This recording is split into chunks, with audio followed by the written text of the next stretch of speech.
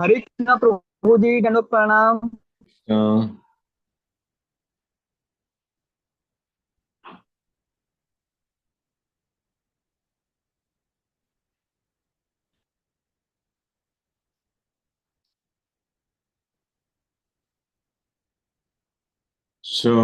चलिए मैं screen share करता हूँ।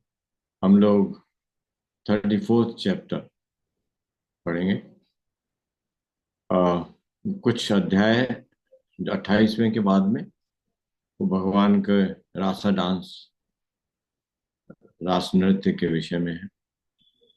वो जब हम भागवतम के 9 स्कंद पढ़ेंगे उसके उपरांत उनका पाठ करेंगे।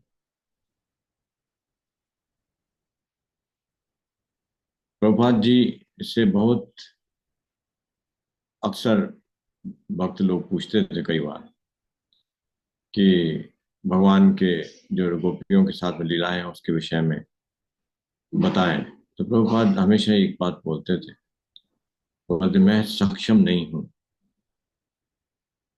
उस स्तर पे भगवान की लीलाओं को वर्णन करने। तो ये अब हमको जब भी अगर पढ़ेंगे भी, आप स्वयं पढ़ सकते हैं, उससे पूर्व चेतना की वो स्थिति होना आवश्यक है जिसमें कि हम इस स्थिति में हों कि भगवान की अंतरंग लीलाओं के विषय को समझने की चेतना पर के स्तर पर स्थित हो। अन्यथा हम ना चाहते हुए अपराध कर देते। वास्तव में गोपियां कौन है? गोपियां श्रीमती राधा रानी के विस्तार हैं। और श्रीमती राधा रानी कौन है? भगवान की स्वरूप शक्ति है, भगवान की अंतरंगा शक्ति है, आह्लादनी शक्ति है, भगवान को आनंद प्रदान करने। तो स्वयं भगवान का रूप है एक्चुअली।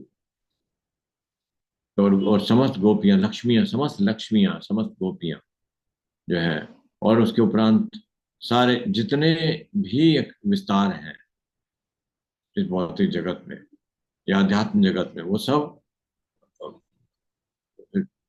राधा रानी के ही विस्तार है। स्वरूप शक्ति भगवान स्वरूप शक्ति। तो उस हम इस उस चेतना में स्थिर नहीं होने के कारण अभी हम उसको नहीं पढ़ेंगे, पाठ नहीं करेंगे। तो हम इस कृष्ण बुक के 34वां अध्याय जो है उससे प्रारंभ करते हैं। फिर जब तक इसको एक कृष्ण बुक समाप्त करेंगे उसके उपरांत फिर समय होगा, उसके अनुसार फिर निश्चित करेंगे। अभी मैं स्क्रीन शेयर करता हूँ और 34th चैप्टर 28 हमने कौन सा पढ़ा था? वो वरुण पाश से जो छुड़ा के लाते हैं कृष्ण। तो भगवान के पिता नंद महाराज वही था ना जिसको अ, हरे कृष्ण प्रभु जी। असमय असमय स्नान करने के कारण से वरुण देवता जो हैं उनके पार्षद वो ले जाते हैं नंद महाराज को, और भगवान स्वयं उनको उनके लोक से, वरुण लोक से वापस लेके आते हैं, और वरुण द्वारा भगवान की स्तुति और भगवान की जो पूजा की जाती है वो हमने पढ़ा था। अब हम 34वां अध्याय पढ़ते हैं। I'll share the screen. Hare Krishna प्रभु जी। प्रभु जी। समरी बनाई थी प्रभु जी मैंने, पढ़ो। हाँ, समरी बनाई थी 28वें चैप्टर की। अच्छा रीड अच्छा, करो। बढ़िया, पढ़ी पढ़ी पढ़ी। हाँ। वरुण पाशते नंद महाराज की मुक्ति। महाराज नंद आसुरी समय में यमुना नदी में स्नान करने गए, जिस कारण वरुण देव के एक दास ने उन्हें तुरंत बंदी बना लिया। श्री कृष्ण तथा बलराम उनकी रक्षा करने के लिए तुरंत वरुण के धाम पहुंचे, जहां वरुण देव ने उनका स्वागत किया तथा दास के अपराध के लिए क्षमा मांगी तथा नंद महाराज को ससम्मान वापस लौटा दिया। श्री कृष्ण इतनी आश्चर्यजनक रीति से कार्य कर रहे थे, तो भी महाराज नंद तथा माता यशोदा यह नहीं सोच पाए कि वे श्री भगवान हैं। वे तो यह मान रहे थे कि आश्चर्यजनक बालक होने के कारण वरुण तक ने श्री कृष्ण का सम्मान किया। श्री कृष्ण ने महाराज नंद के सारे ग्वाल मित्रों को आध्यात्मिक आकाश चिदाकाश का दर्शन करवाया, क्योंकि वे जानने के लिए उत्सुक थे कि क्या सचमुच श्री कृष्ण श्री भगवान है। संसार में प्रत्येक बार जीव अज्ञान के अंधकार में डूबकर अज्ञानवश देहात्म बुद्धि के कारण शरीर के अनुसार कार्य करता रहता है। वह सामान्यतः वे आध्यात्मिक कार्य नहीं करता जिन्हें भक्ति योग कहते हैं। जो भक्ति योग का सफलता पूर्वक अभ्यास करते हैं, वे इस वर्तमान शरीर को त्याग कर सीधे आध्यात्मिक जगत को जाते हैं। वे प्रौढ़ भक्त जिन्होंने कृष्ण भावनामृत को पूर्ण रूप से संपन्न किया है, तुरंत उस ब्रह्मांड को भेज दिए जाते हैं जहाँ श्री कृष्ण प्रकट होने वाले होते हैं। आध्यात्मिक जगत में प्रत्येक व्यक्ति ज्ञान से पूर्ण है, परंतु भौतिक जगत में स्वरूपों की विभिन्न श्रेणियां हैं, और इन्हीं श्रेणियों के अनुपात में उनमें ज्ञान प्रकट होता है। यहाँ पूर्ण ज्ञान का अर्थ है श्री कृष्ण को श्री भगवान के रूप में जानना। कृष्ण भावना भावित होने पर ही चिदाकाश तथा वैकुंठ लोक की प्रकृति को समझा जा सकता है। वृंदावन के वासी निरंतर कृष्ण भक्ति में लगे रहने के कारण वैकुंठ लोकों की दिव्य प्रकृति को समझ सकते थे। इस प्रकार चिदाकाश तथा वैकुंठ लोकों का दर्शन कर लेने के बाद नंद महाराज आदि ग्वालों को अपूर्व आनंद हुआ। Hare Krishna. Very good, thank you, बहुत सुंदर। तो क्या मुख्य बात हम इसमें आई है जो प्रभुपाद बता रहे हैं? कौन बताएंगे? ये मैंने पिछली बार चर्चा किया था। क्या है इसमें मुख्य बात?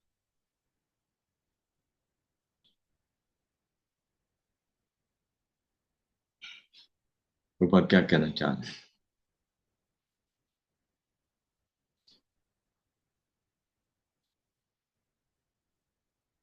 हम्म? मोहित?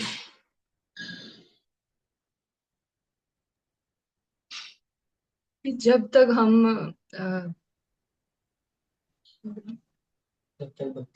जब तक अपने भक्ति योग को पूर्ण नहीं कर लेते, यानी उस स्थिति में नहीं आ सकते, तब तक अपनी प्रकृति को समझ नहीं सकते, आध्यात्मिक प्रकृति को, आध्यात्मिक लोक को अच्छे से नहीं समझ सकते। ठीक बात।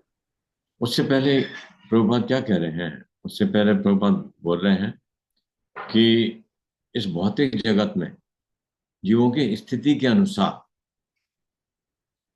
उसके अनुपात में उनमें ज्ञान होता है। ऐसा नहीं हो सकता कि छोटे से 84 लाख योनियों में सब में समान प्रकार का ज्ञान आ सके, ये संभव नहीं है। तो विकास के अनुसार, भौतिक योनियों में, 84 लाख योनियों में विकास के अनुसार शरीर प्राप्त होता है, और उस शरीर के अनुपात में ज्ञान प्राप्त होता है। चेतना उसकी उसी अनुपात में शुद्ध चेतना प्राप्त होती है, बेहतर चेतना उसको, उस जीव को प्रदान की जाती है। प्रकृति के नियम के अनुसार है ये। प्रकृति इसी प्रकार से कार्य करती है कि कम चेतना वाले जीव से अधिक चेतना वाले जीव में शरीर में, कम चेतना वाले शरीर से अधिक चेतना वाले शरीर में जीव की मृत्यु के उपरांत उसका ट्रांसफर। तो इस प्रकार से हायर हायर हायर हायर उच्च और उच्चतर स्तर का प्राप्त होता है, जो उसको मनुष्य देह प्राप्त होती है ना। मनुष्य देह में भी 4 लाख प्रकार की चेतना है, तो उनमें भी ज्ञान की स्थितियां अलग अलग है। तो ज्ञान की स्थिति शरीर के अनुपात में होती है, एक उसमें भी अनुपात में भी होती है। एक एक व्यक्ति की विशेष योनि में भी जो ज्ञान जो है, उसकी शरीर के वृद्धि के अनुसार उसको ज्ञान प्राप्त होता है। जैसे एक बालक का ज्ञान जो है, एक प्रौढ़ व्यक्ति के ज्ञान से कम होता है। प्रौढ़ व्यक्ति का ज्ञान डेफिनेटली बालक के ज्ञान से उच्चतर होता है। तो इस प्रकार, लेकिन पूर्ण ज्ञान किसको कहते हैं? इस प्रकार ज्ञान की व्यक्ति को ऐसा, किसी भी व्यक्ति को, स्पेशली हम जब मनुष्य जगत की बात करते हैं, मनुष्य समाज की बात करते हैं, तो मनुष्य समाज में उसको अवसर प्रदान किए जाते हैं कि ज्ञान प्राप्त करने के। इसीलिए अथतो ब्रह्म जिज्ञासा जो है, ये मनुष्य समाज के लिए ही उपयुक्त होता है। और किसी श्रेणी में, और जब जीव की 84 लाख, दूसरी 84 लाख श्रेणियां जो है, उनमें अथतो ब्रह्म जिज्ञासा नाम की चीज नहीं होती। यानी कि ब्रह्म जिज्ञासा संभव है जब हमको मनुष्य योनि प्राप्त होती है तभी, और उसमें भी चेतना के अनुरूप जीव को ज्ञान प्राप्त होता है। लेकिन पूर्ण ज्ञान किसको बोलते हैं, प्रभुपाद यहाँ पे बता रहे हैं। जिसकी क्या है पूर्ण ज्ञान? अभी जब आपने बोला था, क्या है पूर्ण ज्ञान? श्री कृष्ण को श्री भगवान के रूप में मानना। जब जब जब व्यक्ति पूर्ण रूप से कृष्ण भावना में स्थित हो जाता है, वो ज्ञान। कृष्ण भावना में स्थित होना, ये ज्ञान, जिस ज्ञान के द्वारा व्यक्ति कृष्ण भावना में स्थित हो जाता है, उसकी चेतना कृष्ण भावना भावित हो जाती है, उसको पूर्ण ज्ञान की स्थिति कहते हैं। तो वो कौन सी चेतना कहलाती है? पूर्ण विकसित चेतना, मुकलित चेतना, विकसित चेतना और पूर्ण विकसित चेतना। तो पूर्ण विकसित चेतना है। तो उस पूर्ण विकसित चेतना में प्राप्त होने पर कैसे प्राप्त होगी वो पूर्ण विकसित चेतना? जब पूरी तरह से कृष्ण भावनामृत हो जाएंगे। कैसे प्राप्त होगी? कृष्ण कैसे होगा कृष्ण भावना भावित? मेरा प्रश्न ये है। भक्ति के द्वारा। भक्ति के द्वारा। भक्ति के द्वारा जब व्यक्ति भक्ति में प्रयुक्त होगा, तभी उसकी चेतना कृष्ण भावना भावित हो सकती है, अन्यथा नहीं। अन्यथा भौतिक रूप से वो उच्चतर स्तर पर पहुंच सकता है। भक्ति करने के उपरांत ही वो पूर्ण विकसित कृष्ण चेतना में स्थित हो। मामुचा भगवान 14वें अध्याय में, और वो स्थिति कब होगी? जब कब प्राप्त होगी वो स्थिति? भैया उस स्थिति को प्राप्त होने का अर्थ क्या है? पूर्ण कृष्ण भावना भावित होने का अर्थ क्या है? हमेशा कृष्ण चिंतन में लगे ना। क्या अर्थ है? हमेशा कृष्ण चिंतन में लगे क्या है? रहना। मतलब क्या डिफरेंस? एक भगवान तो की सही बात है। कृष्ण चिंतन में कब लगेगा? कब कब कब लग सकता है जीव कृष्ण चिंतन में? भगवान की कब लग प्रेममयी सकता है? सेवा, कंप्लीट भगवान सरेंडर। की प्रेममयी सेवा वो तो करके। विधि है। वो तो उसको प्राप्त करने की विधि है। प्रेममयी सेवा प्राप्त करने की विधि है, उससे हो गया वो। लेकिन वो बॉस, क्या स्थिति है? वो कंप्लीट सरेंडर जब आप कर देंगे हाँ। कि भाई सब कुछ आप ईश्वर पे ही।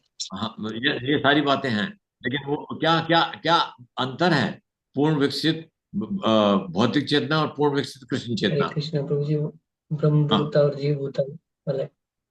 हाँ, नहीं वो भी सही है। ब्रह्मभूत और वो ब्रह्मभूत से जीवभूत से ब्रह्मभूत बन जाएगा, लेकिन वो क्या है?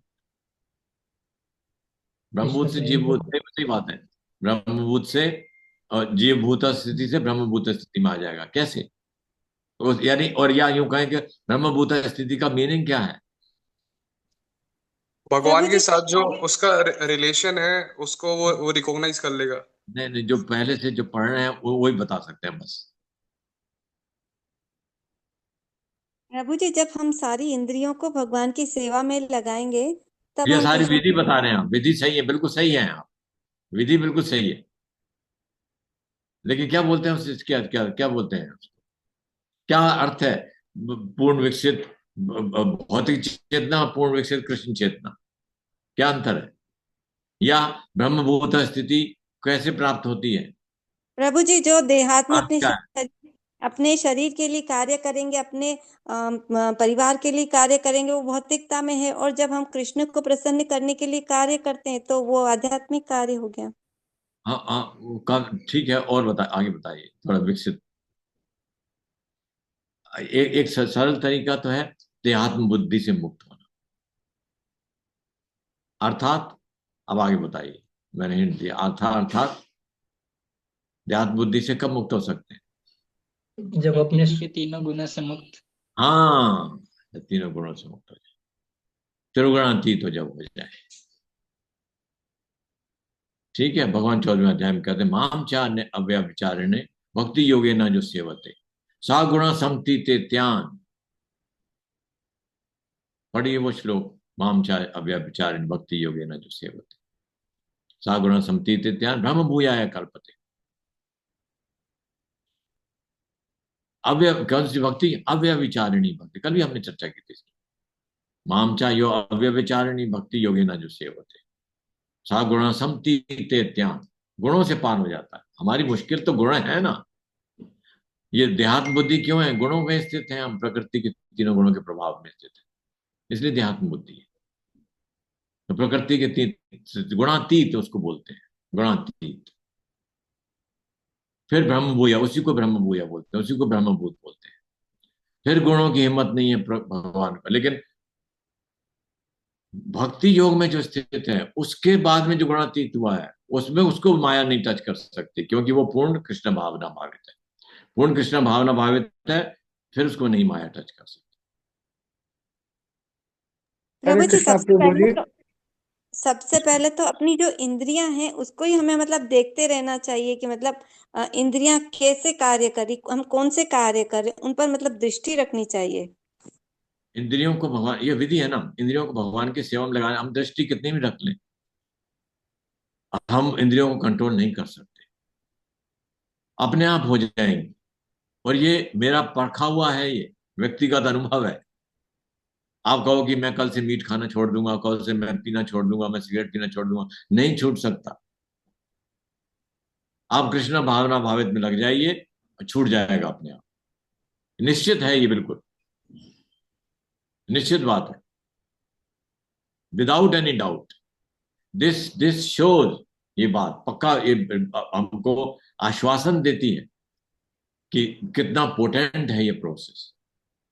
ये आश्वासन है ये, आप कोई भी चाहे करके देख सकता है। You can take an open challenge है, आपको अलग से छोड़ने की जरूरत नहीं, नहीं छोड़ भी नहीं सकते। You try it. मैं जुआ खेलना छोड़ दूंगा, मैं और जो 4 नियम जिनकी हम पालना करते हैं, और हम न्यूनाधिक अधिक इसमें लिप्त होते ही हैं, न्यूनाधिक मात्रा में इसमें लिप्त होते हैं, और अपने आप नहीं मुक्त हो सकते, क्योंकि यह संस्कारों के कारण से आया है, पूर्व जन्मों के संस्कारों के कारण से आया है। और पूर्व जन्म के संस्कार जो है प्रकृति के गुणों में स्थित होने के कारण आपको एक शरीर प्रदान किया गया है, जो शरीर उन संस्कारों के द्वारा प्रेरित होता है उस दिशा में कार्य करने के लिए।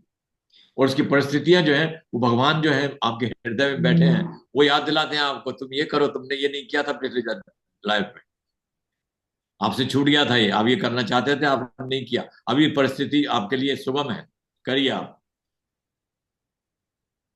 लेकिन साथ साथ भगवान, ऐसा नहीं भगवान आपको फंसाते हैं जीव, क्योंकि जीव की इच्छा है, अगर उसकी इच्छाएं नहीं पूरी होंगी तो वो फिर से और अधिक लिप्त होगा। और साथ साथ उसको भगवान ये भी उसको अरेंजमेंट करके देते हैं कि उसकी कोई सुकृति उसने किस जन्म की हो, वो सारी जन्म, उस जन्म की सुकृति का फल जो है उसके अनुरूप भगवान उसको किसी भक्त से या किसी प्रवचनकर्ता से या ऐसे व्यक्ति से उसको मिलाते हैं, जिससे कि उसका उद्धार होने की प्रोसेस प्रारंभ हो सके। ये भी भगवान का काम। तो भगवान दोनों काम करते, जैसे जीव की इच्छा है उसके अनुरूप भगवान जीव को मता स्मृति ज्ञान हम अपवानम चाहे सर्वस्चाम हृदय सन्निविष्टा, भगवान कहते हैं मैं हर एक के हृदय में बैठा हूं। मता स्मृति ज्ञान हम अपवानम चाहे, मुझसे स्मृति आती है, तो जो भी स्मृति हमको आती है, जैसी भी हम परिस्थिति में पढ़ते हैं, वो हमारे पूर्व जन्मों के प्रभाव के कारण से, संस्कार के कारण से होता है, और इससे आराम से मुक्त नहीं हुआ जा सकता। एक ही उपाय है, सिर्फ कृष्ण की शरण। देवी है गुणामयी मम माया दुरत्याया। ये माया क्या है? 3 गुण, यही है माया। गुणामयी, 3 गुण, 3 गुणमयी माया, मम माया दुरत्याया मामे भी ये प्रपद्यन्ते। भगवान कहते मेरी शरण में आ जाओ। तो साधना स्थिति में है हम, साधना प्रैक्टिसिंग स्टेज में है, लेकिन प्रैक्टिसिंग स्टेज में भी हमारी इंद्रियां शुद्ध होती हैं। आप तो अपने आप लोअर परम दृष्टवा निवर्तते। कैसे? विषयान विनिवर्तन निराहार देहिना रसो रसोपिया से परम दृष्टा निवर्तते। तो ये निराहार से किसी प्रकार कितने भी प्रयत्न करते हैं, देही जो है मुक्त नहीं हो सकता। रसोवर्जम रसोपिया से छोड़ देते हैं, छोड़ने का प्रयत्न करते हैं, लेकिन रस फिर भी खींच के ले जाते हैं। अब आज कल मैं किसी से मिला था, वो कह रहा मेरा तिलक विलक देख के बोला वो कि अरे आप तो इस्कॉन में हैं। मैंने कहा हाँ। तो वो बोलते हैं मैं भी वहां बॉम्बे में हरे कृष्ण मंदिर के पास रहता हूँ। मैंने कहा अच्छा, मैं जाते हैं कहाँ? संडे को जाता हूँ। तो आप तो अब कुछ नहीं खाना पीना सब छोड़ दिया होगा। मैंने कहा बिल्कुल छोड़ दिया। मैंने कहा आप भी छोड़ दीजिए। कि नहीं, ये नहीं छूट सकता। सेड वेरी क्लियर, ये नहीं छूट सकता, असंभव है। प्रभु, मैं एक बार चर्चा कर रहा था प्रभुपाद जी के गुरु महाराज भक्ति सिद्धांत सरस्वती ठाकुर। उनको एक अंग्रेज ने उनसे कहा कि मुझको अब बहुत अच्छा लगता है जब मैं धोती पहने हुए, तिलक लगाए हुए आप ब्राह्मणों को देखता हूँ, तो आप मुझको भी ब्राह्मण बना सकते हैं क्या? तो उनका अवश्य बना सकते हैं। उनके क्या करना होगा? धोती कुर्ता खरीद लाता हूँ मैं, तिलक बता दीजिए लगाना। उन्होंने कहा नहीं, ये 4 नियम पालना करनी पड़ेगी। क्या नियम है? 4 नियम। जैसे उन्होंने बता, बोली ये नहीं हो सकता, ये नहीं हो सकता। तो उन्होंने कहा फिर ब्राह्मण भी नहीं बन सकते। तो ये है। तो हरे कृष्णा प्रभु जी। यस प्रभु जी मेरा एक क्वेश्चन। जी प्रभु जी। जी 3 गुणों से हम मुक्ति कैसे पा सकते हैं? बड़े बड़े ऋषि मुनि और बहुत बड़े बड़े तपस्वी देवी देवता, वो भी इनसे पार नहीं पाते हैं। तो नहीं, त्रिगुणों से त्रिगुणातीत तो मैं समझता हूँ कि भगवान कृष्ण ही हैं, उनके अलावा शायद ही कोई हो। ये भगवान का भक्त, भगवान का शुद्ध भगवान भक्त। के भक्त हाँ, भगवान का भक्त, है कुछ भगवान का। ऐसे?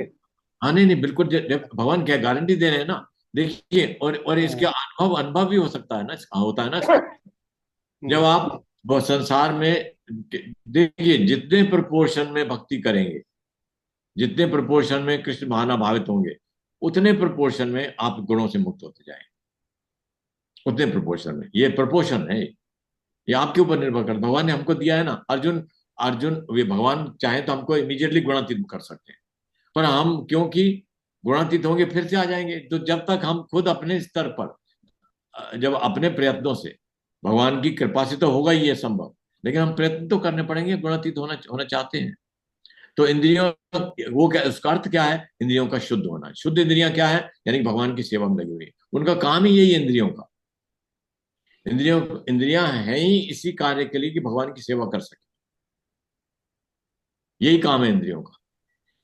और जब हम अपनी सेवा उनसे इंद्रिय तृप्ति चाहते हैं, तो अशुद्ध कहलाती है वो इंद्रिय। क्या है क्या बोलते हैं? ऋषिकेना ऋषिकेश सेवनम भक्ति उच्चते। ऋषिकेश, ऋषि कहते हैं इंद्रियों को। ऋषि ईश, भगवान इंद्रियों के स्वामी है। तो स्वामी का मतलब हम सबकी इंद्रियों उन्हीं के लिए, सेवा के लिए होनी चाहिए प्रयुक्त। वो स्वामी है ऋषिकेश। तो उसको हम वास्तविक स्थिति में ला रहे हैं। ये जो जो अभी स्थिति है वो आर्टिफिशियल, ठीक है ना।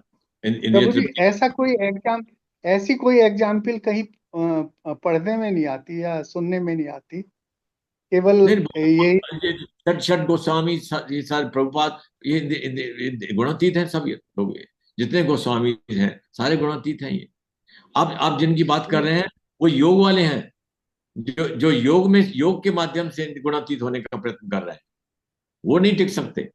नहीं प्रभु जी, जैसे देवता हैं या इवन देवता तो नहीं है मेरी बात, देवता तो चाहते ही नहीं है, उनको तो अभी वही आनंद करने हैं। वो अभी वो जब ये जो कौन सा अभी हम पढ़ रहे थे, जिसमें वो प्रार्थना करते हैं अब मुझको आज्ञा दीजिए मैं अपने लोक में जाऊं, इंद्र देवता है। वो चाहते ही नहीं, वो ये नहीं कहते, वो ये भी कह सकते थे मुझ पर कृपा कीजिए मैं आपका शुद्ध भक्त बन जाऊं, नहीं कहते, वो कहते हैं मुझको आज्ञा दीजिए मैं अपने लोक में जाऊं। उनको पद चाहिए। तो मिश्र भक्त है वो, शुद्ध भक्त नहीं है। शुद्ध भक्त गुणातीत, तो शुद्ध भक्त को कुछ नहीं चाहिए, कुछ भी नहीं चाहिए। वो तो कहता मम जन्मनि जन्मनि ईश्वरे भक्ताम भक्तिया हेतु विद्वय। शुद्ध भक्त ये चाहता है। वो कहता इंद्र का पद नहीं चाहिए, हनुमान जी का पद नहीं चाहिए। जन्मनि जन्मनि, ये भी क्या था, कितने जन्म दो, हम ये प्रार्थना करते हैं जन्म मृत्यु से बंधन से मुक्त हो जाए। तो भक्त तो कहता है कितने भी जन्म दो, लेकिन अपना भक्त बना के रखो। प्रभु जी नारद मुनि तो होंगे मेरे ख्याल से गुणातीत, नारद मुनि या नहीं? अवश्य अवश्य अवश्य अवश्य अवश्य अवश्य है गुण। और नारद मुनि को भगवान पकड़ लेते हैं, अगर जाना भी चाहते हैं ना गुणों में, तो भगवान खींच लेते हैं उनको वहां से पकड़, कहाँ जा रहा है। नारद मुनि की एक बार इच्छा हुई मुनि की शादी कर रहा तो भगवान ने कहना ही नहीं, तुम कहाँ जाते हो। तो एनीवे, सो बट भगवान के शुद्ध भक्त होना मुश्किल काम है, आसान काम नहीं है। लेकिन भगवान एक गारंटी देते हैं कि आप अनुभव कर सकते हो कि मेरी भक्ति में आने का प्रभाव कैसा होता है। आनंद आता है, आनंदम बुद्धि वर्धनम, आनंद प्राप्त होना। प्रभु जी एक यस, ये 3 गुण कौन कौन से हैं, मतलब सतोगुण रजोगुण कौन कौन से हैं? 3 गुण हैं। अच्छा। और ये ये कैसे पाए जा सकते हैं, मतलब कैसे हम लोग बन सकते हैं त्यागतीत, जो आपने बोला कैसे बनता है? भक्ति करके, अभी ये चर्चा कर रहे हैं भक्ति से। भगवान की भक्ति, माम चा अव्यभिचारिणी भक्ति। कौन सी? अनन्य न योगे न, अभी कल हमने जो पढ़ा था, अनन्य भाव से अव्यभिचारिणी, ये स्पेशली यूज किया वर्ड अव्यभिचारिणी। व्यभिचारिणी का मतलब जिसका आसक्ति और दूसरे में हो। अव्यभिचारिणी मतलब अब कोई आसक्ति कहीं नहीं है, आप में ही है, बस आप ही हैं सब कुछ, सर्वोच्च सब कुछ। मतलब नाम जप अगर करते रहे तो ये हो जाएगा। हाँ, इंद्रियां शुद्ध हो जाएंगी अवश्य, नाम जप करेंगे इंद्रियां शुद्ध हो जाएंगी, और इंद्रियां शुद्ध होंगी तो गुणों से मुक्त होते जाए। ठीक है प्रभु जी, मेरा भी एक प्रश्न है इसमें छोटा सा, कि जैसे हमने कई बार इस्कॉन के ही उदाहरण सुने हैं, है ना, जैसे बैंगलोर इस्कॉन था और ये था। अब इसमें जो भक्त जुड़े हुए थे वो शुरुआत से लेकर के आखिरी तक माला जप भी करते हैं, भगवान के विग्रह पे फल पुष्प भी चढ़ाते हैं, और मतलब पूरे दिन वो पूरा अपना 100% देते हैं पूरे दिन भर में। लेकिन उसके बावजूद भी एक मुहिम सा उनमें एक डिफरेंस, भले ही वो फॉलोवर्स को लेकर के हो या फिर भावना को लेकर के हो, या फिर एक वो हल्का सा जो अहम आ जाता है कि भाई मैं एक सर्टेन लेवल हूं, तो इतना सब कुछ करने के बाद भी आ रहा है, तो फिर इसका एक प्रीमियम सोर्स क्या है? सोर्स तो यही है प्रभु जी कि देखिए, पहले तो स्थूल इंद्रियों से आकर्षण से मुक्ति सबसे पहला, उसके बाद मन की इच्छाओं से मुक्ति, वो ज्यादा मुश्किल है। जब शुरू में जब आते हैं तो हम पूर्ण रूप से हम सरेंडर्ड होते हैं, और जैसे जैसे हम उन्नति करते हैं थोड़ी सी, हम अब भेदभाव करना शुरू करते हैं। नहीं, ये तो अच्छा स्पीकर नहीं है, ये तो अच्छा कीर्तन नहीं करता, इसको कुछ भी नहीं आता है, इसको तो बोलना भी नहीं आता है, तो वैष्णव अपराध करना प्रारंभ कर, और थोड़ी और उच्च स्थिति प्राप्त होती है तो हमारे मन अहंकार से मुक्त होना इतना आसान नहीं है प्रभु जी। ये इंद्रियों के आकर्षण से मुक्त होना बहुत मुश्किल नहीं है, लेकिन मन के बाद में अहंकार, मैं हूं, मेरी स्थिति है, मैं इतना बड़ा भक्त हूं, मैं इतने साल हो गया, देखो मुझको ये कोई प्रणाम नहीं कर रहा है, ये कैसे भक्त है, नए नए आ गए। सो इन जो मन और बुद्धि की स्थिति जो है, उसकी इच्छाएं जो हैं, उनसे पार पाना, उनके बियॉन्ड जाना। अभी हम पढ़ेंगे 12वें अध्याय में भगवान 35 गुण बताएंगे, तब आपको समझ में आ जाए, आपके प्रश्न का उत्तर अपने आप आ जाए।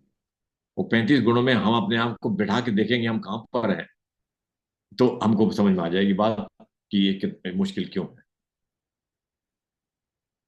तो ये बहुत बड़ी चीज है ना प्रभु जी, भगवान अपने धाम ले जा रहे हैं, तो उसके लिए आपको तैयारी तो पूरी करनी पड़ेगी। यहाँ की बिल्कुल इच्छाएं कुछ नहीं है, अब यहाँ से नहीं, अब यहाँ, अब आपके बिना मन ही नहीं लगता, आपके बिना रह नहीं सकते, गोपियों की जैसी स्थिति।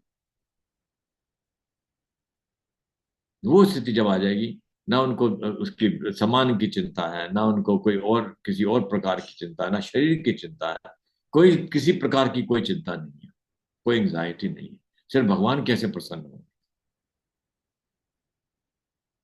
तो वो स्थिति जो गोस्वामी जो है हमारे, उनकी वही स्थिति थी। वो रह नहीं सकते थे, जो 1-2 घंटे ही सोते थे। तो भक्ति की जैसे जैसे हम फिर उसमें भगवान, अभी शुरू प्रारंभ में भगवान परीक्षा भी नहीं लेते हैं, कोई परीक्षा नहीं लेते हैं, पास कर देते हैं, ग्रेस मार्क्स दे देते हैं, फेल होते हुए ऊपर ले जाते हैं, चलो और आगे और आगे चलो और आगे चलो, कोई परीक्षा नहीं लेते। नहीं तो परीक्षाएं बहुत मुश्किल परीक्षाएं हैं आगे आने वाली।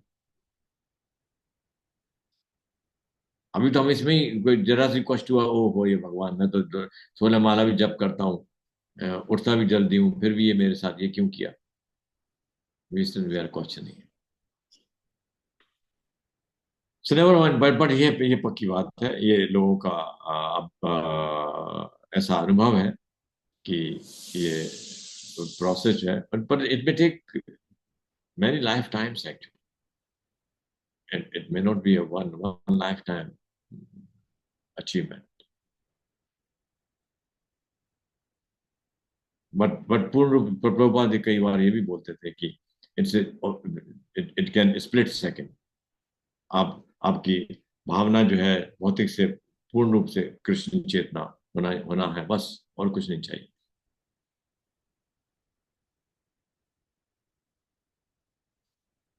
चलिए, वे थोड़े बहुत समय जो बचा, हम अगला अध्याय पढ़ते हैं।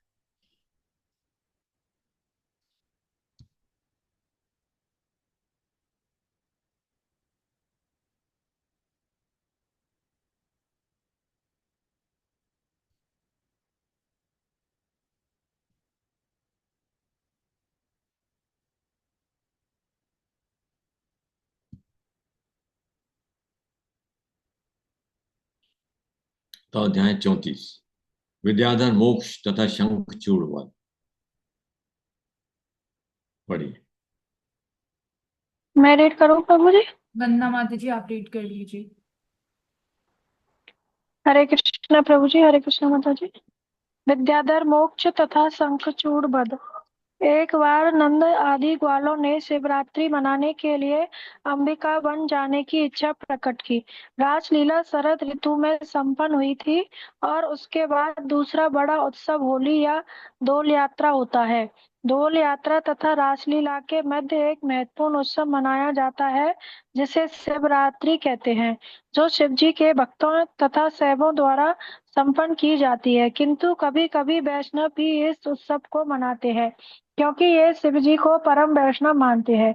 किंतु भक्तों या कृष्ण के भक्तों द्वारा शिवरात्रि का यह समारोह नियमित रूप से नहीं मनाया जाता। ऐसी परिस्थिति में श्रीमद् भागवतम में बताया गया है कि नंद महाराज समेत ग्वालों ने एक बार इच्छा की। इसका यही अर्थ होता है कि ये शिवरात्रि उत्सव को नियमित रूप से नहीं मनाते थे, किंतु एक बार वे उत्सुकता बस अंबिका वन जाने के इच्छुक हुए। अंबिका वन गुजरात प्रदेश में कहीं पर है। कहा जाता है कि यह सरस्वती नदी के तट पर स्थित है। किंतु गुजरात प्रदेश में सरस्वती नाम की कोई नदी नहीं है। वहाँ की एकमात्र नदी साबरमती है। भारत के सारे महान तीर्थ स्थान गंगा, यमुना, सरस्वती, नर्मदा, गोदावरी, कावेरी आदि उत्तम नदियों के तट पर स्थित है। अंबिका वन सरस्वती नदी के तट पर स्थित था और सारे ग्वाले तथा नंद महाराज वहां गए। उन्होंने शिवजी तथा अंबिका की मूर्तियों की पूजा अत्यंत भक्ति भाव से प्रारंभ कर दी। यह सामान्य प्रथा है कि जहाँ कहीं भी शिव जी का मंदिर होता है, वहीं अंबिका दुर्गा का भी मंदिर होता है, क्योंकि अंबिका शिव जी की पत्नी है और स्त्रियों में परम पतिव्रता है। वे अपने पति के संग से पृथक नहीं रहती। अंबिका वन पहुंचकर वृंदावन के ग्वालों ने सर्वप्रथम सरस्वती नदी में स्नान किया। यदि कोई किसी तीर्थ स्थान पर जाता है तो उसका पहला कर्तव्य है कि वह स्नान करे, और कभी कभी लोग अपना सिर भी मुड़ाते हैं। यह पहला कार्य होता है। स्नान के बाद लोगों ने श्री विग्रह की पूजा की और पवित्र स्थानों में दान दिया। वैदिक प्रथा के अनुसार दान ब्राह्मणों को दिया जाता है। वैदिक शास्त्रों में कहा गया है कि केवल ब्राह्मण तथा सन्यासी ही दान ग्रहण कर सकते हैं। वृंदावन के ग्वालों ने ब्राह्मणों को स्वर्ण आभूषणों तथा सुंदर हारों से सज्जित गौवें दान दी। ब्राह्मणों को दान इसलिए दिया जाता है क्योंकि वे कोई व्यापार नहीं करते। उनसे आशा की जाती है कि वे भगवत गीता में वर्णित ब्राह्मण कर्मों में लगे रहें। ये है कि उन्हें अत्यंत विद्वान होना चाहिए और तपस्या करनी चाहिए। उन्हें न केवल स्वयं विद्वान होना चाहिए अपितु अन्यों को भी शिक्षा देनी चाहिए। ब्राह्मणों को केवल ब्राह्मण ही नहीं होना चाहिए, उन्हें अन्य ब्राह्मण भी उत्पन्न करने चाहिए। यदि कोई व्यक्ति किसी ब्राह्मण का शिष्यत्व स्वीकार करने पर राजी हो जाता है तो उसे भी ब्राह्मण बनने का अवसर प्रदान किया जाता है। ब्राह्मण सदा ही भगवान विष्णु की पूजा करने में लगा रहता है, अतः ब्राह्मण हर प्रकार के दान स्वीकार करने में योग्य माने जाते हैं। किंतु यदि ब्राह्मणों को अधिक दान प्राप्त होता है तो उन्हें इसे विष्णु के सेवा वितरित कर देना होता है। अतः वैदिक शास्त्रों में ब्राह्मणों को दान देने की संस्तुति है, क्योंकि ऐसा करने से भगवान विष्णु तथा सारे देवता प्रसन्न होते हैं। सारे यात्री स्नान करते हैं, श्री विग्रह को पूजते हैं और दान देते हैं। उन्हें कम से कम एक दिन उपवास करना होता है। उन्हें चाहिए कि वे तीर्थ यात्रा के स्थल पर जाएं और वहां पर कम से कम 3 दिन तक रुकें। पहला दिन उपवास रखने में बीत जाता है और रात में थोड़ा सा जल पिया जाता है, क्योंकि जल से व्रत भंग नहीं होता। नंद महाराज समेत सारे ग्वालों ने सरस्वती के तट पर ही रात बिताई। उन्होंने दिन भर उपवास रखा और रात्रि में थोड़ा सा जल पिया। किंतु जब वे विश्राम कर रहे थे तो पास के जंगल से एक विशाल सर्प निकलकर उनके समक्ष प्रकट हुआ और भूख के मारे नंद महाराज को निगलने लगा। नंद महाराज असहाय होकर चिल्लाने लगे, बेटे कृष्ण आओ और इस संकट से मुझे उबारो। यह सर्प मुझे निगला जा रहा है।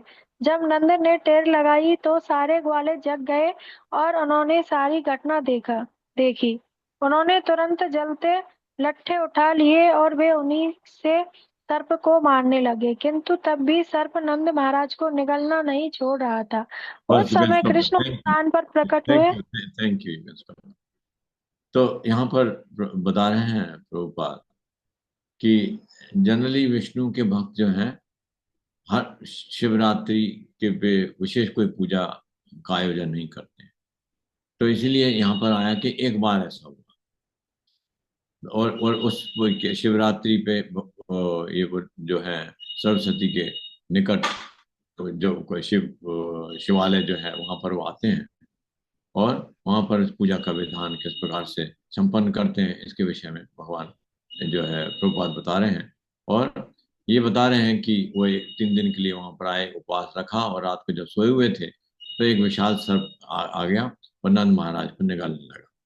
नंद महाराज ने देखा तो जब वो वहां से नहीं गया और सारे ग्वाल वालों ने जलते हुए लट्ठे उठा के उसके ऊपर जब उस मारने का प्रयत्न किया, लेकिन सर्प ने निगलना छोड़ा नहीं। वो नंद महाराज को निगलने जा रहा था, निगले हुए जा रहा था जब तक कि उन्होंने कृष्ण को नहीं पुकारा। जब कृष्ण को पुकारा तो अब आगे पढ़ते हैं क्या कृष्ण घटना पर प्रकट होते हैं और आगे पढ़िए। उस समय श्री कृष्ण उस स्थान पर प्रकट हुए। पढ़िए, कौन पढ़ रहा है? मैं अशोक। पढ़ूं तो बोलिए। यस प्रभु जी। पढ़िए,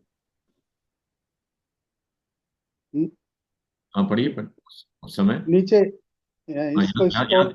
यहाँ से पढ़िए। उस समय श्री कृष्ण उस स्थान पर। अच्छा, उस समय श्री कृष्ण उस स्थान पर प्रकट हुए और सर्प को अपने चरण कमलों से छुआ। पांव का स्पर्श पाते ही उसने अपना रेंगता हुआ शरीर त्याग दिया और एक अत्यंत सुंदर देवता के रूप में प्रकट हुआ, जिसका नाम विद्याधर था। उसका शरीर इतना सुंदर था कि वह पूजा योग्य लगता था। उसके शरीर से कांति तथा तेज फूट रहा था और वह सोने के हार पहने था। उसने श्री कृष्ण को नमस्कार किया और अत्यंत विनीत भाव से उनके समक्ष खड़ा हो गया। तब श्री कृष्ण ने उस देव से पूछा, तुम अत्यंत सुंदर देव प्रतीत होते हो, जिस पर लक्ष्मी की कृपा है। तुमने ऐसा कौन सा घृणित कार्य किया है कि तुम्हें सर्प का शरीर मिला? तब उस देव ने अपने पूर्व जन्म की कथा कहनी प्रारंभ की। हे भगवान, अपने पूर्व जन्म में मेरा नाम विद्याधर था और मैं सारे संसार में अपनी सुंदरता के लिए विख्यात था। विख्यात व्यक्ति होने के कारण मैं अपने विमान में सर्वत्र विचरण करता रहता था। विचरण करते समय मुझे अंगिरा नामक ऋषि दिखे। वे अत्यंत क्रूर थे। चूंकि मुझे अपनी सुंदरता पर गर्व था, अतः मैंने उनका उपहास किया। इसी पाप कर्म के कारण ऋषि ने मुझे सर्प बनने का श्राप दे डाला। यहाँ यह भी ध्यान योग्य है कि श्री कृष्ण की कृपा के पहले मनुष्य सदैव प्रकृति के गुणों के अधीन रहता है, चाहे वह भौतिक दृष्टि से कितना ही उन्नत क्यों न हो। विद्याधर भौतिक दृष्टि से उन्नत देवता था और अत्यंत सुंदर था। उसको अच्छा भौतिक पद प्राप्त था और वह विमान से सर्वत्र विचरण कर सकता था। फिर भी उसे अगले जन्म में सर्प बनने का शाप मिला। कोई भी भौतिक दृष्टि से उन्नत व्यक्ति, यदि वह सावधानी नहीं बरतता, घृणित निम्न योनि में जाने के लिए शापित हो सकता है। लोगों की यह भ्रांत धारणा है कि एक बार मनुष्य देह प्राप्त करके कोई नीचे नहीं गिरता। विद्याधर स्वयं बताता है कि यद्यपि वह देवता था, किंतु उसे सर्प बनना पड़ा। किंतु जब श्री कृष्ण ने अपने चरण कमलों से उसका स्पर्श कर दिया, तो वह तुरंत कृष्ण भावनामृत को प्राप्त हो गया। परंतु उसने यह स्वीकार किया कि पूर्व जन्म में वह सचमुच पापी था। कृष्ण भावना भावित पुरुष जानता था कि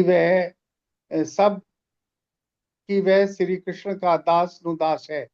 वह अत्यंत तुच्छ है और जो कुछ भी सद्कार्य करता है वह सब श्री कृष्ण और गुरु की कृपा के कारण होता है।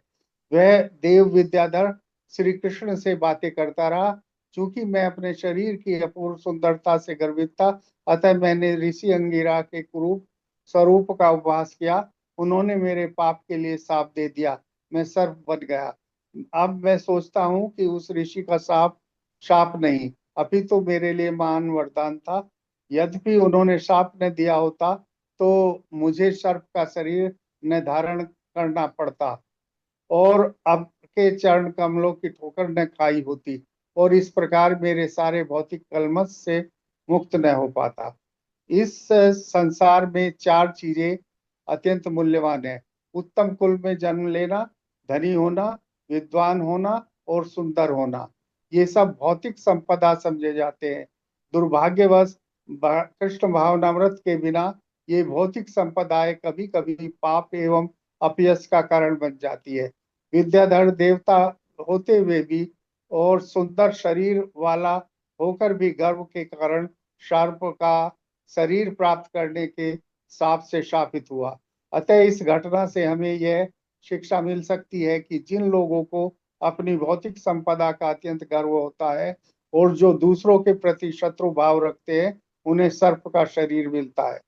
सर्प सर्वाधिक क्रूर और ईर्ष्यालु जीव माना जाता है, किंतु जो लोग मनुष्य होकर अन्यों से ईर्ष्या करते हैं तो वे सर्पों से भी अधिक दोषी समझे जाते हैं।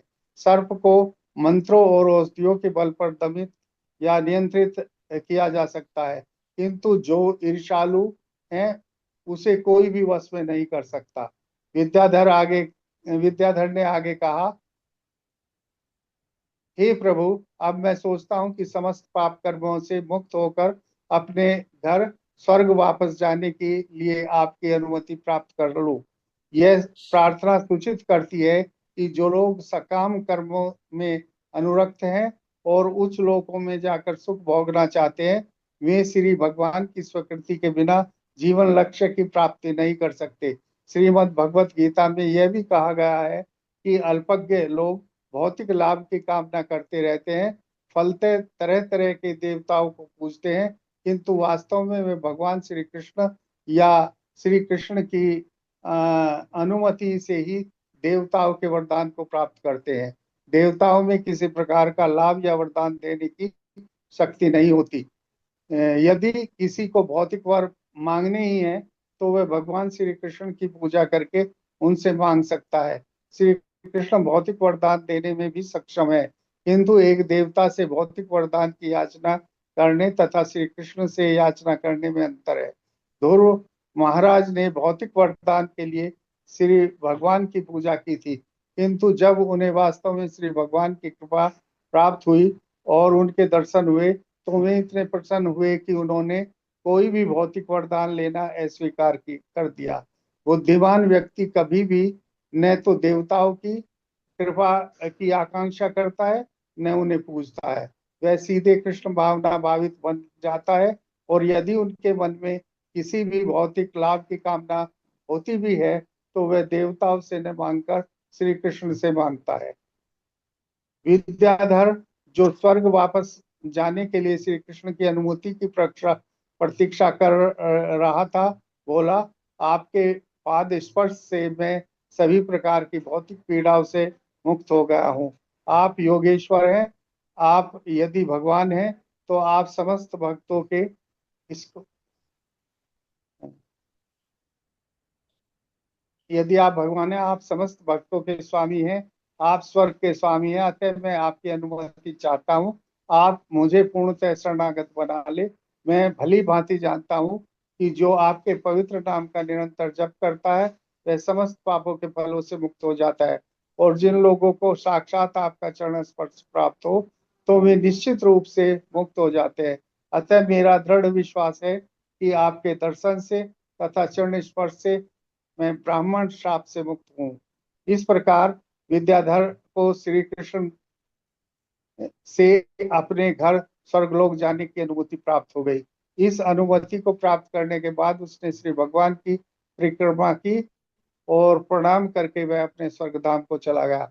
इस प्रकार नंद महाराज भी सर्प के द्वारा निगले जाने से बच गए। सारे ग्वाले शिव तथा अंबिका का पूजन करने के पश्चात वृंदावन लौटने की तैयारी करने लगे।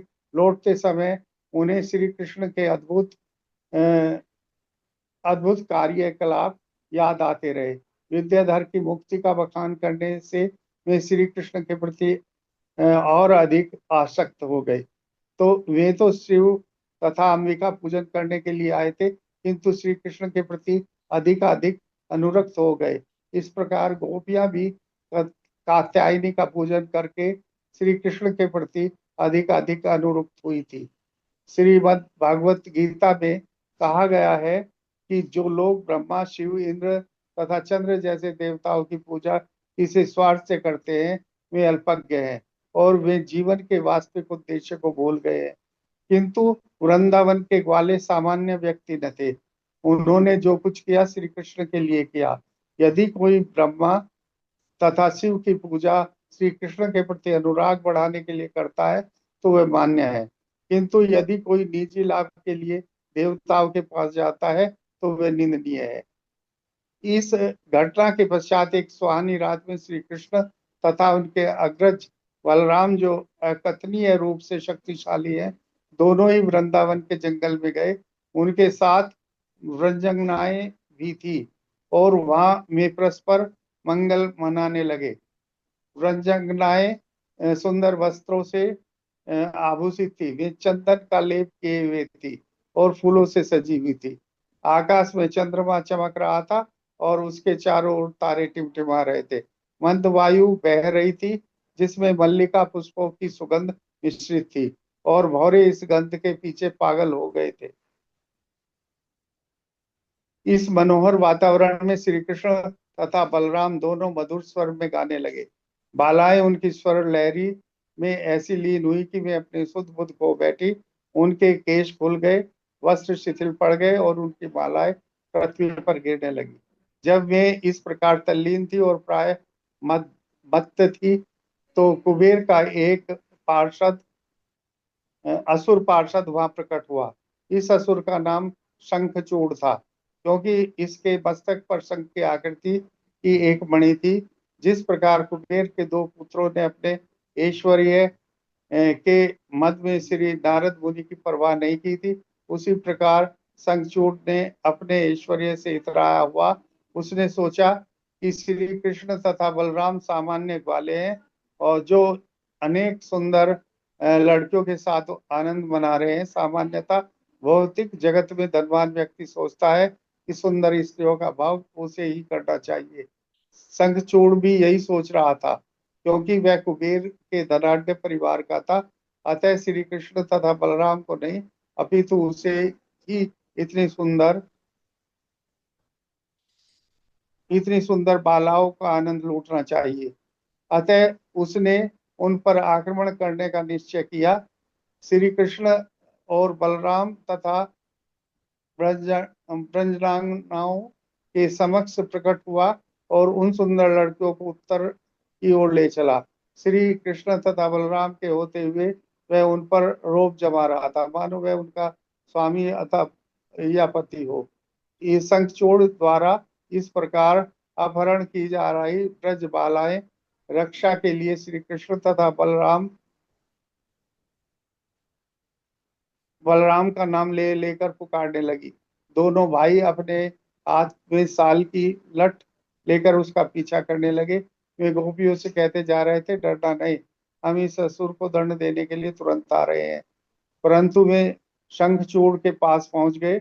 जब शंखचूड़ ने सोचा कि दोनों भाई अत्यंत बलवान हैं, तो वह डर के मारे गोपियों को छोड़कर अपनी जान लेकर भागा, किंतु श्री कृष्ण ने उसे जाने नहीं दिया। उन्होंने बलराम को गोपियां सौंप दी और स्वयं जहां जहां चंद्रचूड़ भागा उसका पीछा करते रहे। श्री कृष्ण उसके सिर के शंख सदृश मणि को लेना चाह रहे थे। थोड़ी दूर प्रतीक्षा करने के बाद उन्होंने उसे पकड़ लिया और अपनी मुट्ठी से उसके सिर पर प्रहार करके उसे मार डाला। फिर उन्होंने वह मणि ले ली और वापस चले गए।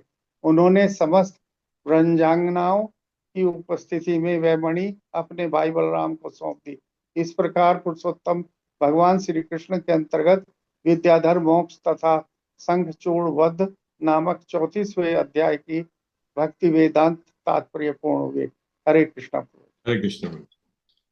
तो क्या महत्वपूर्ण बात है इसमें? विद्याधर कौन था? विद्याधर देवता। देवता था। और क्यों उसको सर्प का शरीर मिला था? क्योंकि वो ऋषि की अंगीकृत ऋषि थे, अंगीकार ऋषि थे। उनको वो देखने में सुंदर नहीं थे, तो अपने ऊपर वो गर्व करता था और ये भावना से वो उनकी ओर देख रहा था, पास किया तो इसलिए उन्होंने साफ किया। तो भौतिक जगत में क्या चीजें होती है जिसके कारण व्यक्ति ये उसको गर्व होता है? प्रभु जी, यहाँ लिखा है उत्तम कुल में जन्म लेना, धनी होना, विद्वान होना तथा सुंदर होना। बिल्कुल ठीक। जन्म ऐश्वर्य श्रुताश्री, ये जो है कुंती महारानी भगवान से प्रार्थना करती है। जन्म ऐश्वर्य श्रुताश्री, और तुम कुल में जन्म होना, ऐश्वर्य धनी होना, श्रुताश्री बहुत ज्यादा पढ़ा लिखा होना, और बहुत ज्यादा सुंदर होना, इनका गर्व हो जाता है। तो कोई व्यक्ति ऐसा है ही नहीं, कोई व्यक्ति भौतिक जगत में है ही नहीं जिनको इन सब का गर्व ना हो। तो लेकिन कुंती महारानी क्या कहते, त्वम अकिंचन गोचरा, नहीं अर्हति अविधातुम वै त्वम किंचन गोचर। नहीं अविधातुम, जो और जो गर्वित होता है वो भगवान को समर्पित कर ही नहीं सकता, क्योंकि उसको अपनी सुंदरता ज्यादा लगती है ना, बेहतर। वो अपना धन, वो कहता है मेरे को क्या मैं तो बहुत धनी व्यक्ति, मेरे को तो भगवान के पास जाने की आवश्यकता है। नहीं अविधातुम नहीं अर्हति अविधातुम वै त्वम अकिंचन गोचर। अकिंचन गोचर, जिसके पास कुछ नहीं है भगवान उसके हैं प्रिय।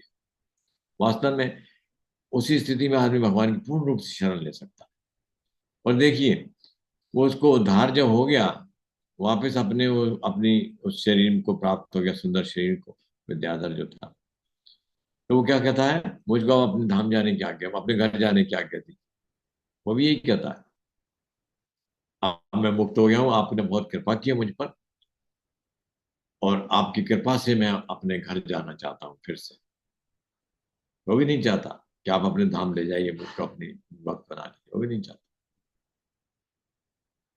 तो ये बहुत जब तक उस चेतना को प्राप्त नहीं प्राप्त हो सकते। जैसे वो थे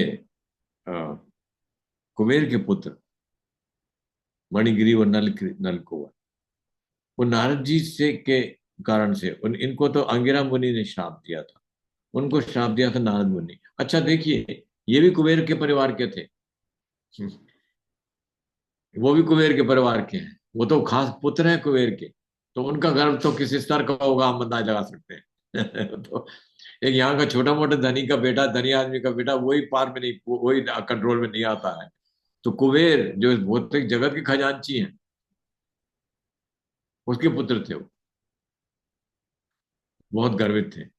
लेकिन उन्होंने प्रार्थना की थी, भक्त बना लीजिए मुझे, उन्होंने प्रार्थना की थी, उन्होंने अवश्य प्रार्थना की कि हमको अपना सेवक स्वीकार कर।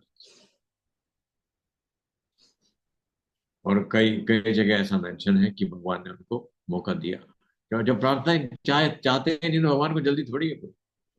आप ही कहते हो मैं तो अभी स्वर्ग जाऊंगा, अपने घर जाऊंगा, वहां जाने की आज्ञा दीजिए, क्योंकि वहां जाने की आज्ञा भी भगवान के बिना चाहे नहीं मिल सकती। प्रभुपाद जी यहाँ बता रहे हैं बहुत स्पष्ट कि ऐश्वर्य की भोग जो है वो भी नहीं, भगवान जब तक नहीं जाएंगे वो भी नहीं मिल सकते आप।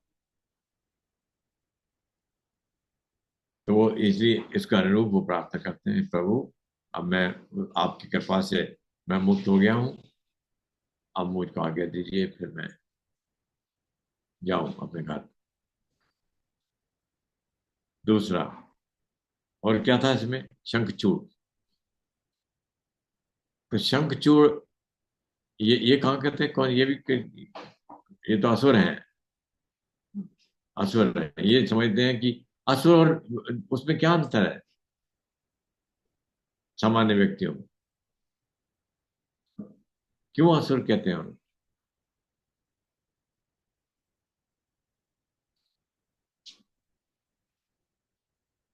दूसरे व्यक्ति हरे जो है कृष्ण प्रभु जी। भौतिक भौतिक दूसरे भौतिक व्यक्ति और असुरों में, दोनों ही भौतिक है ना, क्या अंतर है दोनों में? प्रभु जी जो असुर है वो भगवान को नहीं मानते। हाँ, और क्यों नहीं तमोगुण मानते? होते हैं प्रभु जी। और क्यों नहीं भौतिक मानते व्यक्ति हो? थे क्यों नहीं और उनमें मानते, क्यों नहीं मानते? क्योंकि खुद को भोक्ता मानते हैं। भोक्ता तो हम भी मानते हैं, हमको तो असुर नहीं कहते, हम भी भोक्ता मानते हैं खुद को। भगवान से ईर्ष्या करते हो, खुद को ही भगवान मानते हैं। हाँ, पर ये एक ऐसी स्थिति कब आती है उनकी, तमोगुण के कारण। कुछ कुछ दम खम हो तभी तो, दम वाले लोग होते हैं ना ये, और बस बहुत गहनतम अंधकार में रहते हैं वो, और अपने दम के वो समझते हैं कि कोई भगवान कुछ नहीं है, हम ही है भगवान। बहुत समर्थवान होते हैं, बहुत बलशाली होते हैं, और अपने बल के कारण से वो समझते हैं सब ये हमारे भोग के लिए, ये भौतिक जगत जो है हमारे भोग के लिए है। तो कृष्ण बलराम को क्या क्या जरूरत है, ये तो वैसे ही आ गए, इनको भी हटा देते हैं यहाँ से, तो ये तो बहुत बहुत जगत हमारे भोग के लिए। तो ये असुर जो है वो बहुत ही गहनतम जो देहात्म बुद्धि में स्थिर रहते हैं, तो देहात बुद्धि की पराकाय वो है, जो बहुत नीचे जाने का अलग अलग स्तर है। जो उस स्तर तक, एक तो फिर ईर्ष्या ईर्ष्या होती है, फिर नेचुरली जब कोई भगवान को ना मानना एक क्या है, एक प्रकार की ईर्ष्या है ना, है कि नहीं? या आप सहमत हैं इस बात से? जो भी व्यक्ति अब भगवान को नहीं मानता है वो ईर्ष्या है, इसलिए नहीं मानता। क्यों? कैसे क्यों है ईर्ष्या? हम तो लगता तो नहीं ईर्ष्या है।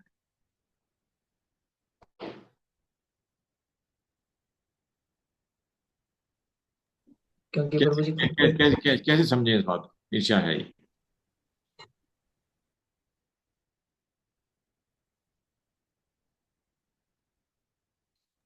क्योंकि प्रभु जी हम मतलब हम चाहते हैं भगवान को न अर्पित करके हम खुद ही भोक्ता बने। एक बात तो ये तो है ही क्या, और भगवान को मानने का अर्थ है भगवान की शरण में जाना, या आप हमसे बड़े हो। वो तो कह रहा है मैं ही आप, मैं क्या, मैं कौन कम हूं क्या आपसे? तो अपने आप को कम, यही तो ईर्ष्या में यही तो होता है कि मैं, मेरे तुमसे ज्यादा हूं मैं, तुम मेरी सेवा करो बजाय मैं क्यों आपकी सेवा करूं। तो ये इनको ईर्ष्या हो जाती है। जब ज्यादा अधिक बल प्राप्त होता है, भौतिक ऐश्वर्य अधिक प्राप्त होते हैं, तो ईर्ष्या उत्पन्न। तो इस कारण से शंखचूड़ को भी ऐसा ही था। वो शंखचूड़ सोचता था कि मैं, ये भोग मेरे लिए है, तो भगवान ने उसका आशीर्वाद किया उसका। चलिए तो प्रभु जी, यहाँ पे लिखा हुआ है कुबेर का एक असुर पार्षद, तो ऐसा क्यों? ये कुबेर के वहीं, वहां है ना, बहुत धनी लोग हैं ना ये सब। वो प्रजाति, धनी प्रजातियां वहीं रहती हैं कुबेर के लोग। सारे धनी प्रजातियां जो हैं वहीं रहते हैं। तो आसुरी गुण हो अपने आप प्रकट हो जाते हैं। आसुरी आसुरी गुणों का अर्थ यही है। आसुरी गुणों का नहीं है कि सींग होना या कुछ ऐसी कोई अद्भुत शक्ल होना, ऐसा नहीं। आसुरी गुणों का यही अर्थ है। अब ये आगे भगवत गीता में पढ़ेंगे, दैवी और आसुरी गुण 17वें अध्याय में आगे पढ़ेंगे, दैवी और आसुरी हरे गुण। कृष्णा हरे कृष्णा प्रभु जी। जी जो आजकल आतंकवादी हैं, क्या उन्हें आसुरी कह सकते हैं? हाँ, बकायदा आसुरी हैं हम, आसुरी हैं। वो इसी कारण से तो किसी को, उनको कुछ धर्म वगैरह कुछ नहीं जानते। वो मैं जो कह रहा हूँ वही धर्म है। हम्म। जो हम सोच रहे हैं वही धर्म है। ठीक है ना? अपनी प्रभुता, अपनी अपनी इच्छा से चलाना संसार को, वो समझते हैं हम चलाएंगे। ठीक है, तो इस प्रकार से कर्मों के जो फिर और गहनतम, क्योंकि वो क्या कर पाप कर्मों में लिप्त होते हैं, और पाप कर्मों के फलस्वरूप और ज्यादा गहनतम अंधकार में जाते हैं। तो मनुष्य जीवन जिसके लिए मिला था उसका विपरीत होता है उनके साथ में। इसी जीवन को पाकर कोई अपनी चेतना को जागृत कर सकता है, और मनुष्य देह को प्राप्त करके अपनी देह अपनी चेतना को निरंतर भी बना सकता है।